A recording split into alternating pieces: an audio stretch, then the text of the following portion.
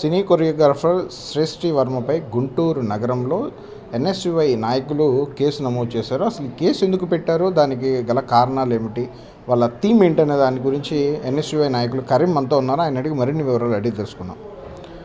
చెప్పండి కరీం, శ్రేష్ఠి వర్మపై కేసు పెట్టడానికి గల ప్రధాన కారణం ఏంటి?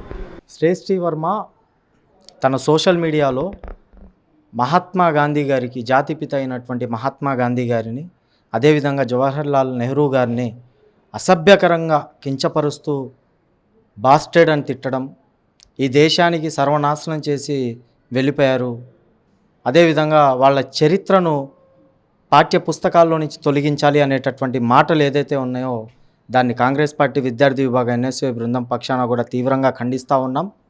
అదేవిధంగా శ్రేష్ఠి వర్మను కూడా హెచ్చరిస్తూ ఉన్నాం. మొన్న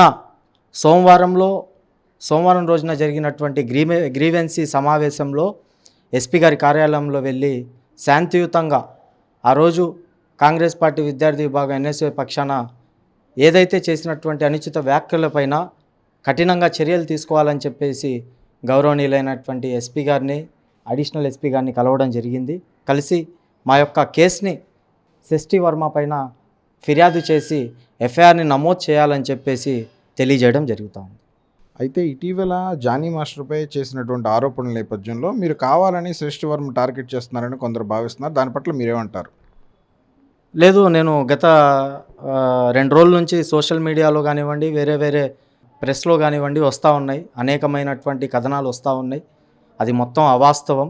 నేను ఈ భారతదేశం కోసం ప్రాణాలు అర్పించినటువంటి మహాయోధులు, అలాంటి మహాయోధుల గురించి ఎవ్వరు కూడా మాట్లాడినప్పటికి కూడా దానిపైన చర్యలు తీసుకునేటటువంటి అవకాశం ఈ భారతదేశంలో ఉన్నటువంటి ప్రజలందరికీ కూడా హక్కు ఉన్నటువంటి పరిస్థితి. ముందుగానే జానీ మాస్టర్ గారి గురించి శ్రేష్ఠి పైన గతంలో అనేకమైనటువంటి కథనాలు జరిగినాయి, అనేకమైనటువంటి కేసులు కూడా జరిగినటువంటి పరిస్థితి.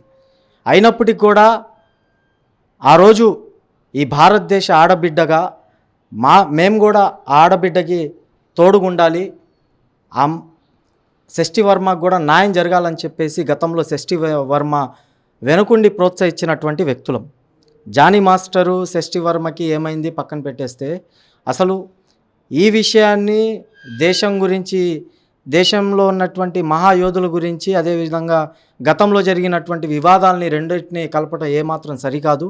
ఇది దేశం కోసం, దేశ ప్రజల కోసం ప్రాణాలు సైతం అర్పించినటువంటి మహాపిత మహాత్మా గాంధీ గారు, అదేవిధంగా ఈ భారతదేశం మొట్టమొదటి ప్రధానమంత్రిగా ఉన్నటువంటి జవహర్లాల్ నెహ్రూ గారి గురించి అసభ్యకరమైనటువంటి పోస్టులు పెట్టడం వల్ల ఈరోజు బాధ్యత కలిగినటువంటి ఒక భారతీయ పౌరుడిగా ఈరోజు మా వంతున కాంగ్రెస్ పార్టీ విద్యార్థి విభాగం ఎన్ఎస్యుఐ బృందాన పక్షాన శ్రేష్ఠి వర్మ పైన కేసు నమోదు చేయడం జరిగింది. ఇటువంటి జానీ మాస్టర్ పైన, అదేవిధంగా మా పైన అసభ్యకరంగా, అదేవిధంగా వివిధ అనేకమైనటువంటి మాటలను మాట్లాడడం సరికాదని ఈ సందర్భంగా తెలియజేస్తూ ఉన్నాము. బాధ్యత కలిగినటువంటి పోలీస్ అధికారులపైన మాకు నమ్మకం పూర్తి స్థాయిలో ఉంది కాబట్టి ఈరోజు శాంతియుతంగా వెళ్ళి మేము కంప్లైంట్ ఫైల్ చేయడం జరిగింది. అదేవిధంగా ఇలాంటి ఆరోపణలు చేయడం కూడా సరికాదని మరొకసారి ప్రేక్షకులందరికీ కూడా తెలియజేస్తూ ఉన్నాం. మీరు పోలీసులు గుంటూరు జిల్లా కార్యాలయంలో ఆమె మీద కంప్లైంట్ చేయమని ఇప్పటికే 3 రోజులు అవుతుంది. ఇప్పటివరకు కంప్లైంట్ నమోదు అవ్వలేదు. దీని మీద ఏమన్నా అనుమానం ఏమైనా వ్యక్తం అవుతుందా మీకు? అదే, మేము సోమవారం రోజు వెళ్ళి గ్రీవెన్సీలో కంప్లైంట్ పెట్టడం జరిగింది. దాని తర్వాత మంగళవారం, బుధవారం 2 రోజులు కూడా అయిపోయింది. 3 రోజులు అవుతూ ఉంది. ఇప్పటికి కూడా దాని మీద తగినటువంటి చర్యలు తీసుకోలేదు, ఎఫ్ఐఆర్ కూడా నమోదు చేయలేదు. మేము ఎవరైతే ఎస్పీ కార్యాలయంలో అడిషనల్ ఎస్పీ గారు మీ పరిధిలో ఉన్నటువంటి సిఏ గారిని కలవమని చెప్పేసి చెప్పారు, అదేవిధంగా వివిధ డిఎస్పీ గారిని కూడా కలవమన్నారు. మేము శాంతియుతంగా వెళ్ళి కలవడం జరిగింది. ఇప్పటి వరకు కూడా మాకు ఎటువంటి సమాచారం కూడా లేదు.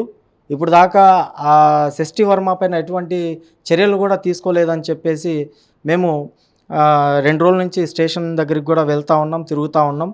మేము దీనిపైన ఒకటే చెప్తా ఉన్నాం, మీరు కఠినంగా చర్యలు తీసుకోకపోతే కనుక రాష్ట్ర వ్యాప్తంగా కూడా ఎన్ఎస్యుఐ ఆధ్వర్యంలో పెద్ద ఎత్తున ఆందోళన చేయడానికి కూడా సిద్ధంగా ఉన్నాం.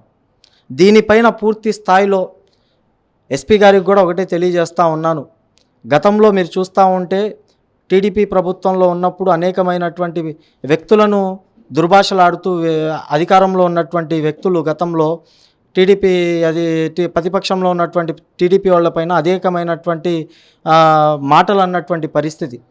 వాళ్ళు ఈరోజు అధికారంలోకి వచ్చిన తర్వాత ఎవరైతే దుర్భాషలు ఆడారో వాళ్ళని తీసుకెళ్ళి ఎఫ్ఐఆర్లు కట్టి వాళ్ళని జైల్లో వేస్తున్నటువంటి పరిస్థితి, కేసులు పెడుతున్నటువంటి పరిస్థితి. అంటే దీని పక్షాన పూర్తి స్థాయిలో అర్థమవుతూ ఉంది.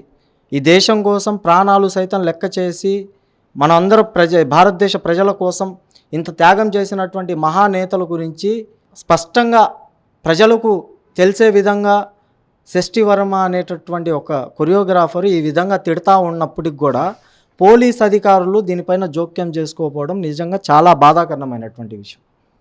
ఈరోజు సూటిగా అడుగుతూ ఉన్నాను, ప్రతి ప్రభుత్వ కార్యాలయాల్లో మహాత్మా గాంధీ గారి ఫోటో ఉన్నటువంటి పరిస్థితి. అలాంటి మహాత్మా గాంధీ గారిని దుర్భాషలాడుతూ బాస్టర్డ్ అని తిడుతూ ఈ దేశానికి పట్టినటువంటి దరిద్రులు అని తిడుతూ ఈ దేశాన్ని సర్వనాశనం చేశారనేటటువంటి కథనాలను డైరెక్ట్గా సోషల్ మీడియాలో తను పెట్టినప్పటికి కూడా బాధ్యత కలిగినటువంటి ఈ భారతదేశ పౌరులంగా మేము వెళ్ళి కంప్లైంట్ పెట్టినప్పుడు కూడా ఇప్పుడు దాకా చర్యలు తీసుకోకపోవడం నిజంగా చాలా బాధాకరమైనటువంటి విషయం. దీనిపైన అయితే చూస్తూ ఊరుకోము. మాకు షష్ఠి వర్మ పైన కంప్లైంట్ పెట్టి తగు చర్యలు తీసుకునేంత వరకు కూడా మేము పోరాటం చేయడానికి సిద్ధంగా ఉన్నామని చెప్పేసి కాంగ్రెస్ పార్టీ విద్యార్థి విభాగం ఎన్ఎస్ఏ బృందం పక్షాన గుంటూరు జిల్లా పక్షాన డిమాండ్ చేస్తూ హెచ్చరిస్తూ ఉన్నాం. అయితే సినీ కొరియోగ్రాఫర్ షష్ఠి వర్మపై ఖచ్చితంగా చర్యలు తీసుకోకపోతే రాష్ట్ర వ్యాప్తంగా ఆందోళన చేసేందుకు ఎన్ఎస్యుఐ సిద్ధంగా ఉందని చెప్తున్నారు. కానీ మరోవైపు రాష్ట్రంలో పలు నేతలపైన ఎవరైనా దుర్భాషలాడితే వెంటనే పోలీసులు స్పందించి వెంటనే కేసులు నమోదు చేసి వారిని అరెస్ట్ చేసి మీడియా ముందు ప్రవేశపెడుతున్నా కూడా ఒక దేశానికి గతంలో సేవలు చేసినటువంటి మహాత్మా గాంధీ మరియు తొలి ప్రధాని అయినటువంటి జవహర్లాల్ నెహ్రూ పైన అనుచిత వ్యాఖ్యలు చేసినటువంటి షష్ఠి వర్మపై ఇంతవరకు పోలీసులు కూడా చర్యలు తీసుకోకపోవడం చాలా బాధాకరంగా ఉందని చెప్పి ఆయన ఆవేదన వ్యక్తం చేస్తున్నారు. వీడియో జర్నలిస్ట్ కృష్ణతో వెంకటేష్, మెగా 9 టీవీ, గుంటూరు.